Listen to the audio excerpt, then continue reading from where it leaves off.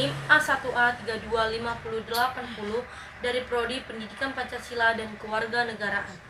Baik, di sini saya akan menjelaskan tentang globalisasi dan krisis demokrasi. Selamat menyaksikan. Indonesia dan bangsa-bangsa lain sedang masuk ke dalam era globalisasi. Di era ini apa saja bisa terjadi? Globalisasi merupakan proses keterhubungan antar negara di berbagai bidang seperti ekonomi, politik, dan budaya. Dalam perkembangannya, globalisasi membawa dampak besar terhadap sistem demokrasi di berbagai negara. Salah satu dampak utama dari globalisasi adalah berkurangnya kekuasaan negara. Saat ini, kekuatan tidak hanya berada di tangan pemerintah, tetapi juga pada aktor-aktor transnasional seperti perusahaan multinasional, IMF, Bank Dunia, dan WTO.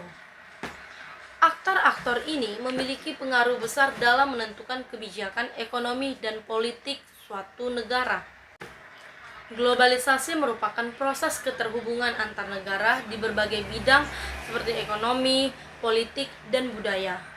Dalam perkembangannya, globalisasi membawa dampak besar terhadap sistem demokrasi di berbagai negara. Salah satu dampak utama dari globalisasi adalah berkurangnya kekuasaan negara. Saat ini, kekuatan tidak hanya berada di tangan pemerintah, tetapi juga pada aktor-aktor transnasional seperti perusahaan multinasional, IMF, Bank Dunia, dan WTO. Aktor-aktor ini memiliki pengaruh besar dalam menentukan kebijakan ekonomi dan politik suatu negara. Akibatnya, kebijakan yang diambil oleh pemerintah seringkali tidak sepenuhnya berdasarkan kepentingan rakyat, melainkan juga dipengaruhi oleh kepentingan global. Hal ini menyebabkan demokrasi menjadi kurang berjalan secara optimal, karena keputusan tidak sepenuhnya berasal dari kehendak rakyat.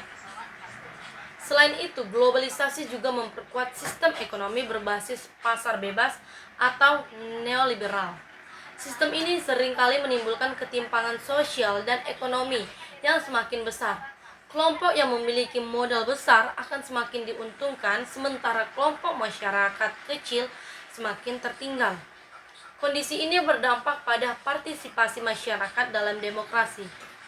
Ketika masyarakat mengalami kesulitan ekonomi seperti kemiskinan, pengangguran, dan keterbatasan akses pendidikan, mereka cenderung tidak aktif dalam kegiatan politik. Jadi, kualitas demokrasi sangat menurun. Para ahli juga menjelaskan bahwa kondisi sosial ekonomi sangat memengaruhi demokrasi. Jika masyarakat sejahtera, maka partisipasi politik akan meningkat.